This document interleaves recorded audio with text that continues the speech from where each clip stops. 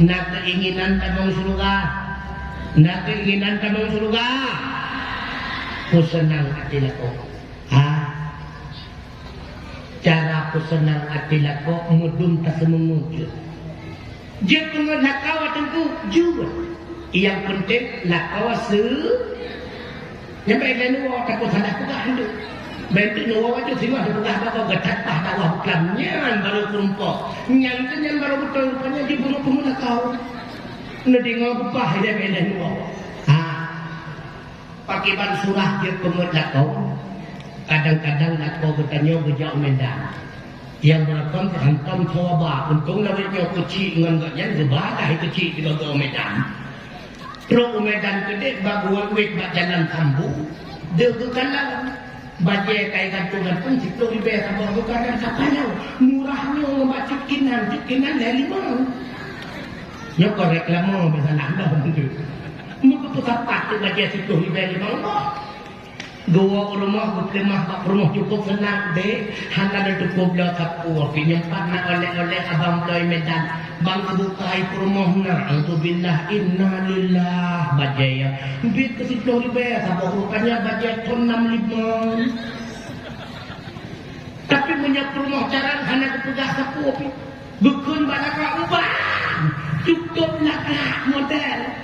Rata kedai kukuh longjak hana bajai modern truk ulo cukuh longjak bukan dia nang teman bajai kau gutuk bagah-bagah di rumah kan gutuk galak gutuk ya bagah buka bagah buntuk sehingga dia campur ini tapi tujuan untuk kesenang hati suah cukup raya pahala begitu pula sebaliknya kadang-kadang rumah bertanya hanjir maguun kadang hai penurun cara maguun dia ketagun berbuat ikut katanya ban patajuk baik dia ulun itik payah jadi kata.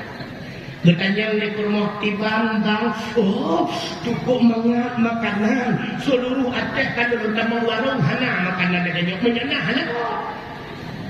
Pesenang atas puru cukup rayu pahala ketemu tua. Makanya akmalul mukminina imanan ahsanuhum khalaqa. Mukmin yang paling sempurna imannya tentu itulah yang paling baik akhlaknya. Wa khiyarukum linisaihim dan sebaik-baik kalian wahai laki-laki itulah kalian yang paling baik terhadap istri-istri kalian. Hanya dikira ditanya urung god untuk menyempermoh nak. Kita nyo lawitnya menyengelak pokok rara bilang jalan kadang. Nya kata-kata sahabat katanya ku bejeh nya semula kunyo ku padi ne bawanya oh kuat bengok kadang-kadang toh tu pot kana binih jana nyan menyengelak kodro baru segera katanya ha pakon dilak halo akak tanya menyengelak kodro 2 jam ni pengahbak ngelak kodro siapa begitu pula ni kita uragam lu kana nuranya menyanggup rumah kau cukup ramah tamah menyanggup rumah roh yang ramah yang dia tamah menyatamah yang dia ramah yang sering dalam kejadian akhlak itu kita yang akhlak halal itu